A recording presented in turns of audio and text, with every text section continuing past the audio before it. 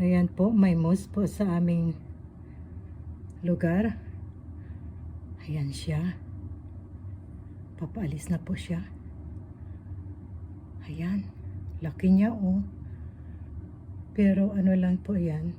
Nasa mga 2 or 3 years siguro yan.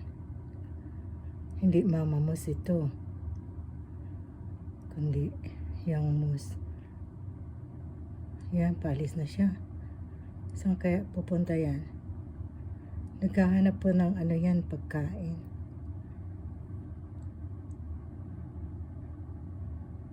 Ayan. Kita po ninyo. Saan kaya pupunta? Iniisipan niya kung saan siya pupunta. Naku, kung pumunta siya sa garden ko, magiging habit yan. Kasi pag nalaman po nila na may may left over na kahit na frozen na veggies, kukunan talaga niyan. Hindi ko na siya makita. Likod niya.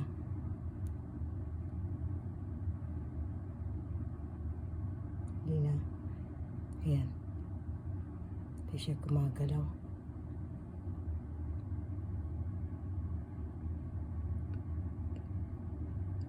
Hindi na natin makita.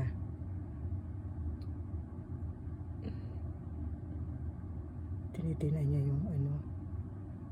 Sana siya? Yun. Ayun po siya. Ayan.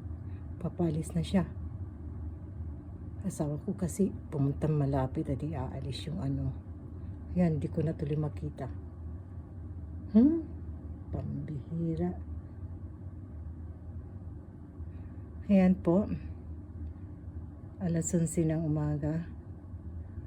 Hindi pa po natin makikita yung araw. Kasi usually po,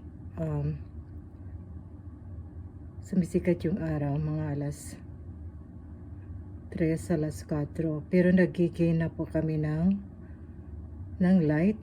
Kaya, ibig sabihin po, malapit na po ang spring at magiging ang ano po nito ay ang mga 24 hours na naman po kami mag-light. Yun po ang maganda sa spring. 24 hours light po.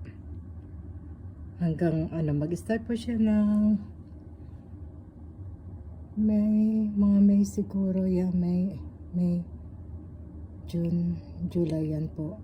Until August po. Bali 24 hours po kami maliwanag, wala po kaming gabi, kaya masyado po kaming busy pag summer. Thank you po for watching. Wala na po yung moose, umalis na. God bless everyone. Bye bye.